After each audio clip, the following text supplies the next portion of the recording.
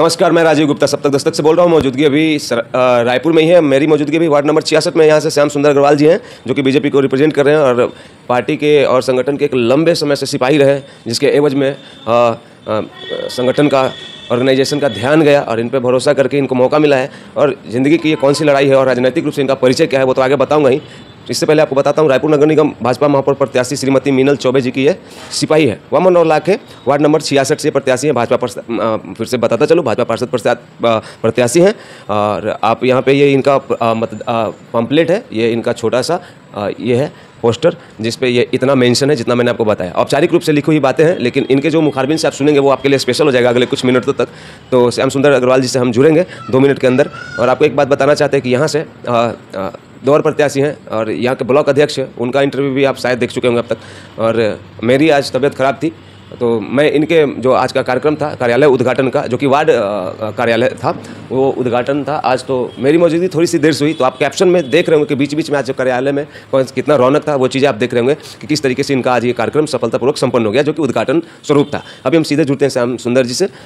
इस पूरे संस्करण के दौरान मैं इनको श्याम भैया करके संबोधित करूँगा, ठीक है ना? हाँ ना, लंबा लाइन है, मतलब हाँ, मतलब सुंदर नाम है और बहुत बड़ा नाम है। कद बड़ा होता है तो नाम भी अच्छा लगता है ना। हम लोग का नाम बड़ा है, कद छोटा है। श्याम भैया आपका कोटि कोटि प्रणाम, नमस्ते। नमस्कार। एक छोटा सा परिचय, फिर संस्करण में आगे बढ़ूंगा और कुछ बातें करूंगा आपसे इस चुनाव के संदर्भ में। मैं श्याम सुंदर अग्रवाल इस वार्ड क्रमांक 66 का भारतीय जनता पार्टी का प्रत्याशी हूं और कुशालपुर वामन के वार्ड मेरा निवास है। अच्छा, ठीक है, थैंक यू। अब मुझे ये बताइए कि ये आपका कौन सा फाइट है जीवन में? अब तक आपने कितने तरीके का और कैसा कैसा चुनाव लड़ा है, या फिर राजनीतिक रूप से संगठन और पार्टी ऑर्गेनाइजेशन के साथ कैसा संबंध और रिश्ता है? मैं भारतीय जनता पार्टी का एक कार्यकर्ता के रूप में सन 89 से मैं भारतीय जनता पार्टी का कार्यकर्ता हूं। 89 से जब से मैंने भारतीय जनता पार्टी का कार्यकर्ता के रूप में काम करना शुरू किया, मैं लगातार संगठन के माध्यम से ही मैं भारतीय जनता पार्टी में आया और संगठन से प्रभावित होकर ही मैं निरंतर संगठन का काम करते रहा और संगठन में ही मैंने अपना मुकाम पाया और संगठन का काम निरंतर करने का प्रयास किया। संगठन ही मुझे भारतीय जनता पार्टी में सर्वोपरि और अच्छा लगता था, इसलिए मैंने जनप्रतिनिधि के रूप में वार्ड के चुनाव में कभी भी इंटरेस्ट मेरा नहीं रहा है। मैं भारतीय जनता पार्टी का 89 से जब कार्यकर्ता था, उस समय मैं पहली बार मैंने जगदीश जैन जी के समय में भारतीय जनता पार्टी का वार्ड अध्यक्ष बना। उसके बाद मैं 6 साल तक के वार्ड अध्यक्ष रहा। उस समय बहुत गिने चुने कार्यकर्ता हुआ करते थे। उसके बाद मुझे पार्टी ने भारतीय जनता युवा मोर्चा का मंडल का महामंत्री बनाया। उसके बाद वो कार्यकाल मेरा 3 साल का था। उसके बाद भारतीय जनता पार्टी ने मुझे युवा मोर्चा का मंडल अध्यक्ष बनाया, वो मेरा कार्यकाल 1.5 साल का रहा है। और लगातार मैं भारतीय जनता पार्टी का मंडल का अध्यक्ष रहा, जिले का मंत्री रहा, भारतीय जनता पार्टी का जिले का उपाध्यक्ष रहा, जिले का महामंत्री रहा। ऐसा करते करते अभी वर्तमान में मेरे पास में लोकसभा प्रवास योजना का प्रदेश का दायित्व था। लोकसभा प्रवास योजना में बस्तर और लोकसभा का प्रदेश का सह-संयोजक था, जिसमें मैंने अपना योगदान 2 साल का लोकसभा चुनाव के पहले बस्तर और कोरबा लोकसभा में 8 विधानसभा में बैठकें कर करके अपना योगदान पार्टी को दिया। अब मुझे एक बात बताइए, इस बार आपके समक्ष जो कांग्रेस के प्रत्याशी हैं, उनका राजनीतिक जीवन कैसा है? जैसे आप पहली बार आ रहे हैं फाइट में, तो वो भी उनका भी पहला है क्या? उनके सामने सुरजीत जी है ना? हाँ।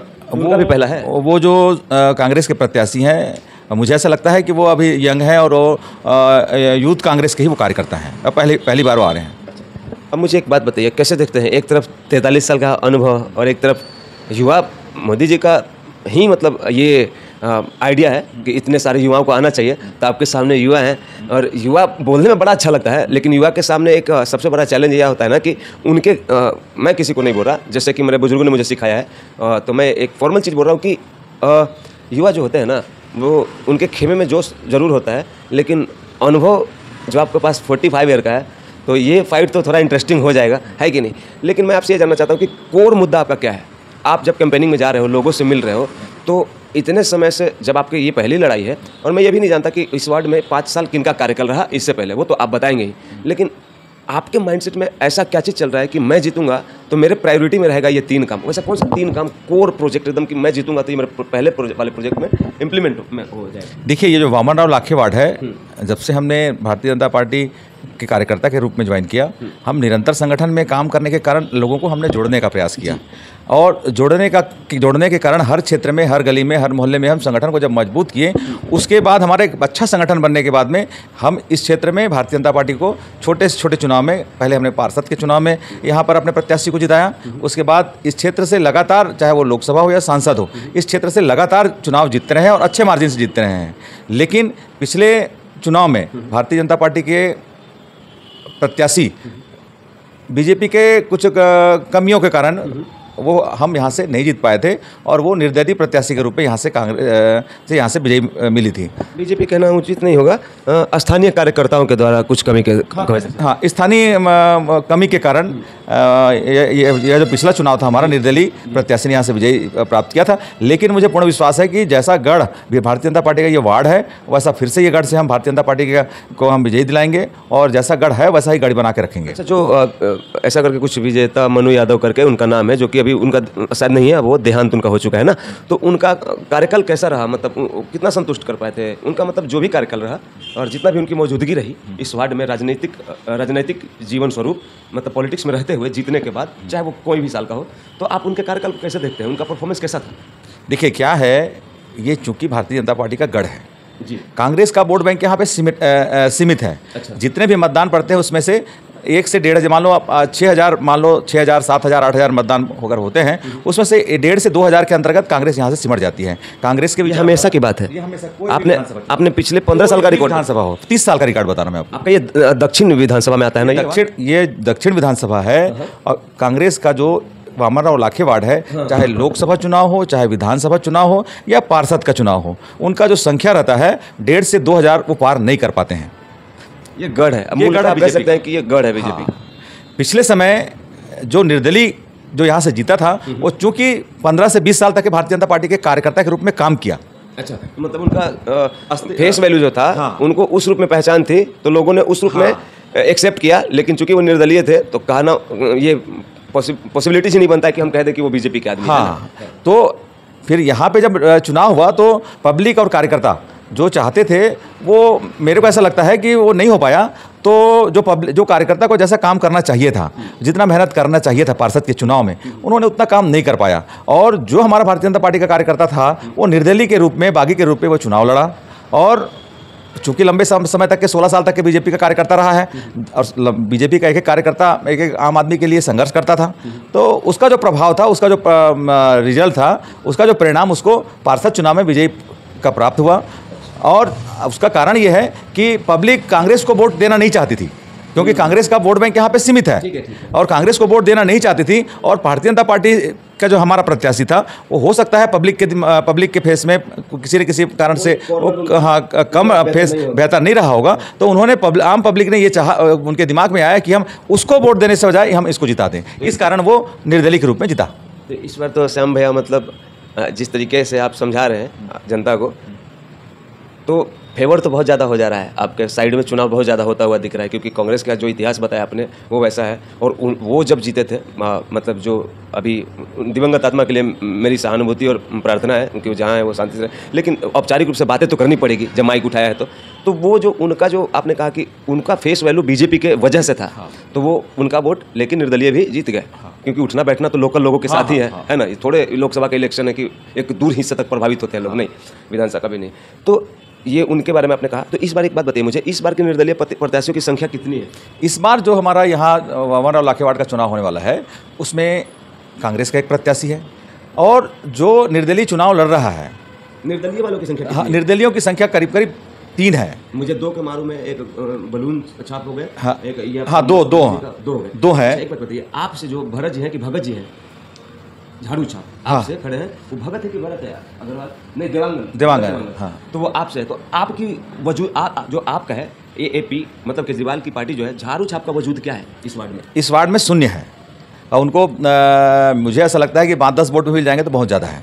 अच्छा, ठीक है। अब मुझे एक बात बताइए, आपके वार्ड में मतदाताओं की कुल संख्या कितनी होगी लगभग? मतदाताओं की यहाँ पे 16 बूथ हैं और 17,000 मतदाताओं की संख्या है यहाँ पे। कितना % वोट होगा? मुझे ऐसा लगता है 60 से 65% के आसपास मतदान होगा। तो आपका जो गणित है, आपने इतने साल जो त्याग तपस्या किया है, उस रिसर्च के उपरांत क्या कह सकते हैं, श्याम जी के खाते में कितना वोट जाएगा? देखिए, एक तो बीजेपी का प्रत्याशी है, मैंने आपको बता दिया कि बीजेपी का 25% कहना मुनासिब होगा। 75% बीजेपी को मिलेगा और 25% में कांग्रेस और निर्दलीयों को मिलेगा। अब मुझे थोड़ा सा 40 सेकंड दीजिए, क्योंकि भाई साहब बैठे हुए बोलेंगे कि खाली डैडी से बात कर रहे हैं, मेरे से बात नहीं कर रहे। आपने अपने पापा के व्यक्तित्व को, जीवन को किस रूप में देखा है? क्या आपके पापा लोगों के लिए जब राजनीति में नहीं होते हैं फिर भी सामाजिक सरोकार इनका उठना बैठना कैसा है? ये जो आपका वार्ड है 66, इसमें आपके पापा का जो इतना लंबा सफ़र रहा, पार्टी से जुड़े और संगठन से जुड़े, तो इसमें जब आपके पापा से लोग जुड़ते गए और जैसे कालांतर में जितने भी संपर्क हुए आपके डैडी के, तो पापा का आपका व्यक्तित्व एक बेटे के हैसियत से नहीं, बल्कि एक मतलब एक दोस्त बन के और एक आवाम की जनता, जो वार्ड की आवाम है, वो बन के आप बोलिएगा कि आप इनके जीवन में क्या देखा? लोगों के लिए हैं, अवेलेबल रहते हैं 2 बजे रात को, अंधेरे में, दुख में, सुख में, बारिश में, धूप में, छाँव में, कैसे हैं आपके पापा? मैंने हमेशा से पापा को देखा है कि बहुत ही एक निस्वार्थ का कार्यकर्ता रहे हैं। जनरली पॉलिटिक्स में आजकल जो नए लोग आते हैं वो चाहते हैं कि स्वार्थ की वजह से आते हैं कुछ लोग, लेकिन बिजनेस है, पैसा कमाना है, जो भी बोलना चाहें, लेकिन पापा को मैंने हमेशा देखा है कि वो निस्वार्थी रहे हैं। और उन्होंने अभी आपको अपनी पूरी 40 साल की कथा बताई, तो उससे आपको समझ तो आ ही गया होगा। और आप कुछ वार्ड की जनता के लिए कहेंगे, फिर उसके बाद हम श्याम भैया के पास आएंगे। अगर आप अपने वार्ड का डेवलपमेंट चाहते हैं, राइट, अभी कुछ इश्यूज़ हैं, जैसे कि पानी का इशू है, सफाई का इशू है, कुछ इंफ्रास्ट्रक्चर का इशू है, तो पापा के मन में है वो सब चीज़ें ठीक करने का। वो सारी जो राज्य की और जो नेशनल लेवल की योजनाएं हैं उसको यहाँ इंप्लीमेंट करेंगे। ये एक वो इंसान है जो आप रात को 2 बजे भी खटखटाओगे तो कोई इशू नहीं होगा, ये आपकी समस्या हल करेंगे। ये यहाँ पर सिर्फ जनता के लिए आ रहे हैं, जनता का काम करने आ रहे हैं। कहीं इतना बड़ा लंबा समय का जो अनुभव है, एक सफल इंसान ही, और जो सफल इन द सेंस कि अपने कर्म में जो सफल है वो इम्प्लीमेंट बहुत अच्छे से कर सकता है चीज़ों को। जी बिल्कुल। आप मुझे सीधे सीधे एकदम बताइए, आप, मेरे हर संस्करण में ये सवाल होता ही है श्याम जी, इसलिए मैं आपसे पूछ रहा हूँ।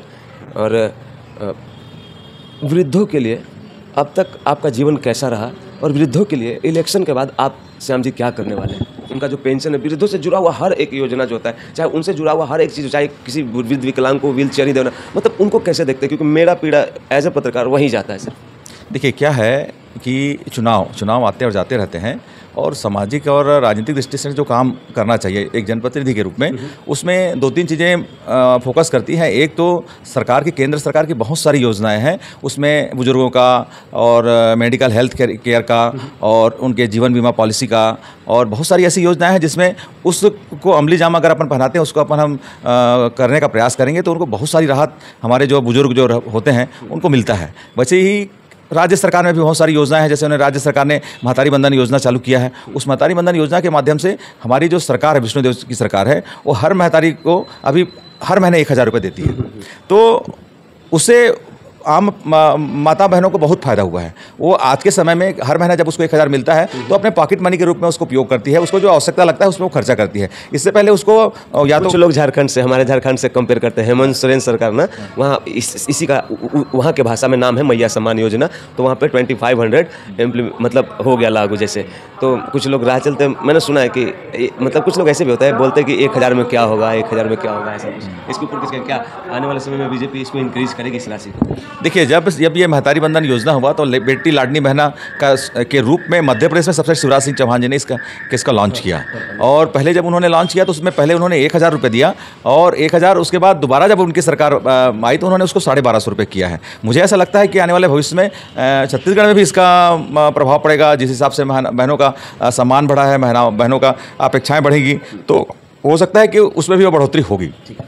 आपके वार्ड से जुड़ा हुआ एक सवाल है, इस बहुत जल्दी से ख़त्म कर लेंगे। मुझे एक बात बताइए कि प्रोफेसर कॉलोनी वाला इशू को आपने जिया है, आपका वार्ड उससे, आपका जो घर है उस जगह से कितना दूर है? क्योंकि सुनने में आया कि वो हर बारिश में डूब जाता है। ये प्रोफेसर कॉलोनी की जो समस्या है बहुत बड़ी समस्या है। वहाँ के मतदाता भारतीय जनता पार्टी को सपोर्ट करते हैं, वहाँ के मतदाता भारतीय जनता पार्टी को विजयी बनाते हैं, लेकिन वहाँ जो उनकी समस्या है पानी भराव का, वहाँ पे हर बरसात में पानी के कारण उनका जो बरसात के समय में उनका रहन सहन और जो उनको जो दुख जो होता है वो बहुत पीड़ादायक है। मैं इस चुनाव में अगर आम जनता का विश्वास प्राप्त हुआ, प्रतिनिधि बना, तो मेरा ये फोकस रहेगा कि हम प्रोफेसर कॉलोनी को लेकर ना प्रॉमिस कर दीजिए। नहीं, मैंने वहाँ के जनता से प्रॉमिस किया है। हमारी सबसे बड़ा पीड़ा है, वो डूब जाते हैं। हमारी एक प्रोफेसर कॉलोनी के जो बहुत सारे हमारे वरिष्ठ जनों का एक हमारा मीटिंग हुआ है, हमने उनको प्रॉमिस किया है कि अभी तक के आपने किसके पास निवेदन किया, क्या हुआ क्या नहीं हुआ, मेरे को इसके बारे में बहुत ज़्यादा जानकारी या बोलने का आवश्यकता नहीं है। अगर आप लोग सब आशीर्वाद देते हैं तो मेरा 100% प्रयास रहेगा, जहाँ तक भी जाना होगा मैं उस क्षेत्र में कैसे वहाँ से पानी, बरसात के समय में पानी ना भरे, इसको मैं हर हालत में कराने का प्रयास करूंगा। अच्छा, आप युवा हैं, अपने पापा के साथ कदम से कदम मिला के इलेक्शन के बाद भी चलेंगे, इसमें कोई शक नहीं है। तो आप अपने यूथ भाई बहनों से क्या कहिएगा जो वार्ड में है, और कुछ वैसे यूथ भाई बहन जो शिक्षा से वंचित रह चुके हैं अभी तक या आगे भी रह जाएंगे अगर कोई हार्ड स्टेप नहीं लिया जाए? मैं सबसे पहले तो एक बात कहना चाहूँगा कि अभी आप थोड़ी देर पहले वोटिंग परसेंटेज की बात कर रहे थे। 60 to 70% वोटिंग परसेंटेज बहुत कम है।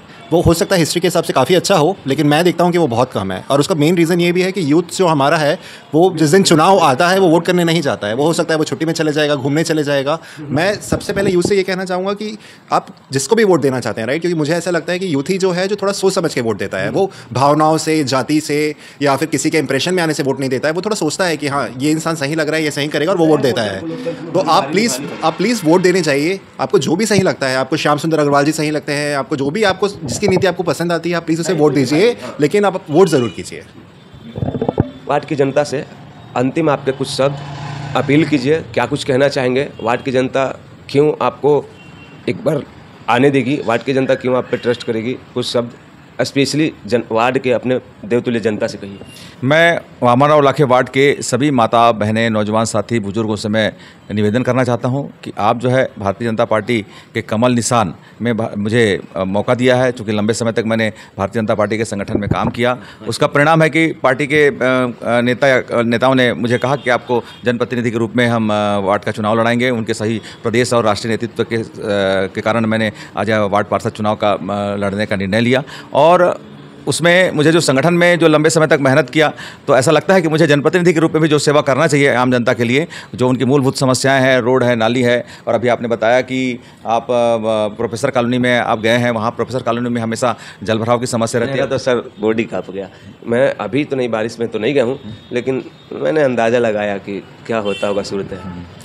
ये जो अपने जल भराव की समस्या जो प्रोफेसर कॉलोनी की है, वही समस्या मैं जहाँ पे निवास करता हूँ वहाँ पे भी ऐसी ही समस्या होती थी।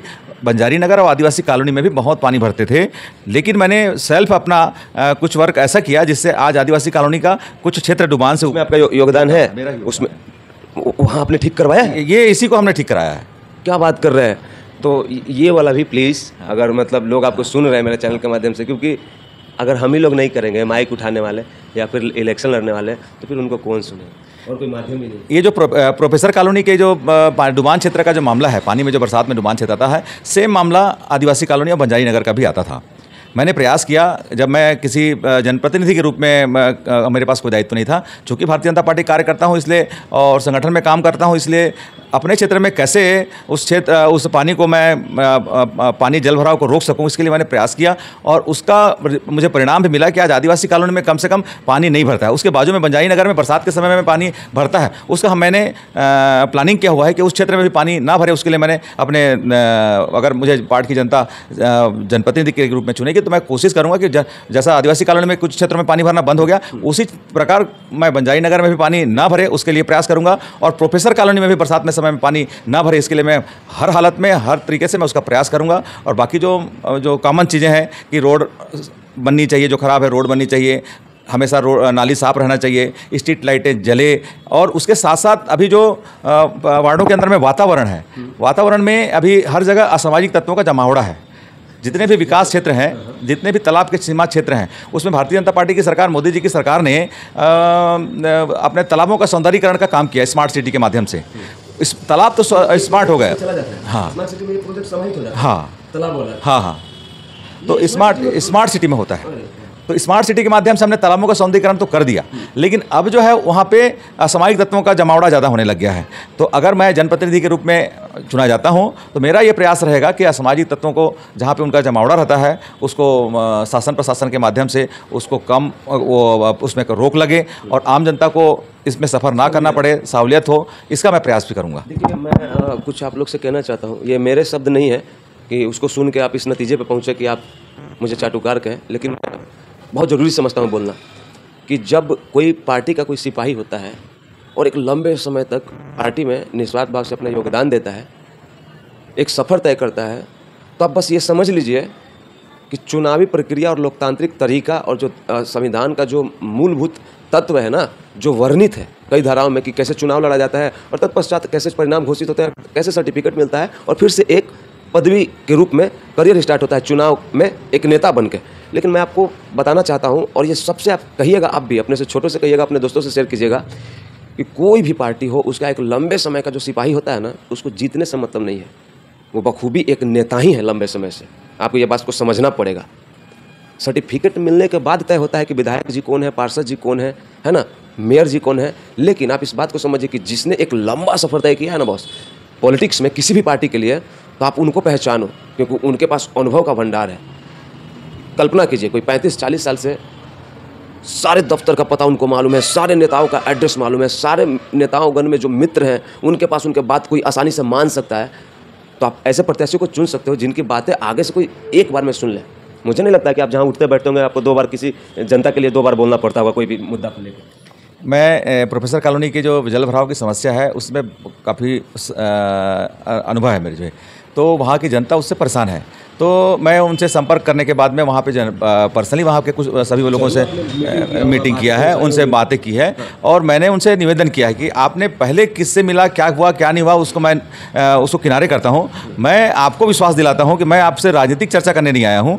मैं अगर आप सब लोग मुझे अपना आशीर्वाद देंगे तो मैं आपको विश्वास दिलाता हूँ कि इस निजात के लिए मैं आप जहाँ जाएंगे, जहाँ आप चाहेंगे, एक निश्चित आयाम तक तो पहुँचेंगे। हाँ, निश्चित आयाम तक के मैं उसको पहुँचाऊँगा। तो रायपुर नगर निगम भाजपा महापौर प्रत्याशी श्रीमती मीनल चौबे जी के सिपाही जो है श्याम सुंदर अग्रवाल जी, उनके साथ मैं वामन राव लाखे वार्ड नंबर 66 से भाजपा पार्षद प्रत्याशी हैं, इनसे हम मुखातिब होकर बात कर रहे थे। इनसे हमने सवाल किए, इन्होंने उत्तर दिया। आप वीडियो को देखिए और इस वार्ड से वीडियो देख रहे हैं तो ज़रूर बताने का कोशिश कीजिए कि क्या वास्तव में मैंने जो आपसे कहा कि एक लंबे समय तक किसी पार्टी से जुड़कर अपना सर्वोच्च जो व्यक्ति देता है, क्या सिर्फ कागज़ पे ही वो नेता बनता है? नहीं, वो ऑलरेडी एक नेता होता है। तो श्याम सुंदर भैया, हमसे जुड़ने के लिए बहुत बहुत आपको प्रणाम। हमसे जुड़ने के लिए आपने कीमती समय दिया और thank you sir, thank you so much भैया।